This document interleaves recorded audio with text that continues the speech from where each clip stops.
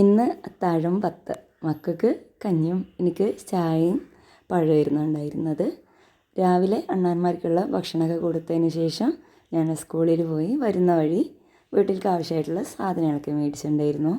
എന്നത്തെയും പോലെ വരുമ്പോൾ ഞാൻ ഉമ്മാൻ്റെയും ഉപ്പാൻ്റെയും അടുത്ത് കയറി. ഉമ്മ ബിരിയാണി ഉണ്ടാക്കുകയായിരുന്നു കേട്ടോ. സാധനങ്ങൾ മേടിച്ചപ്പോൾ ഇഞ്ചിയും പച്ചമുളകും മേടിക്കാൻ മറന്നു. അത് വീട്ടിൽ നിന്ന് എടുത്ത് പിന്നെ വരുമ്പോൾ കസിൻ വന്നിട്ടുണ്ടായിരുന്നു. അവളെയും കുട്ടീനെയും കണ്ട്. ഇതിൻ്റെ അനിയൻ്റെ മോളാണ് കേട്ടോ. അപ്പോൾ മാങ്ങ ഒന്ന് കഴിക്കാൻ വേണ്ടി പറഞ്ഞപ്പോൾ കഴിച്ചതാ ഒരു എക്സ്പ്രഷനൊക്കെ ഇട്ട് തന്നു. വീട്ടിൽ വന്നു. ഇന്ന് ചിക്കൻ സമൂസ ഉണ്ടാക്കാമെന്നാണ് കരുതിയിട്ടുണ്ടായിരുന്നത്. അപ്പോൾ അതിൻ്റെ ഫില്ലിങ്സ് റെഡി ആയിട്ടുണ്ട്.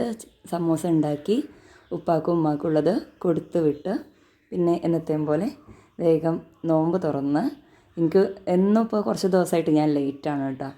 പൈനാപ്പിളിൻ്റെ ജ്യൂസായിരുന്നു ഉണ്ടാക്കിയിട്ടുണ്ടായിരുന്നത്. പിന്നെ ഇതാ ഇവൾ വന്ന് ഇവൾക്കുള്ള ഭക്ഷണം കൊടുത്ത്. ഇന്ന് കുറച്ച് നേരത്തെ കേട്ടോ ആൾ വന്നത്. നമസ്കാരമൊക്കെ കഴിഞ്ഞ് ഭക്ഷണം കഴിക്കാനിരുന്ന ഇവർക്ക് ഇന്ന് റൈസും ചിക്കനും ആയിരുന്നു ഉണ്ടായിരുന്നത്.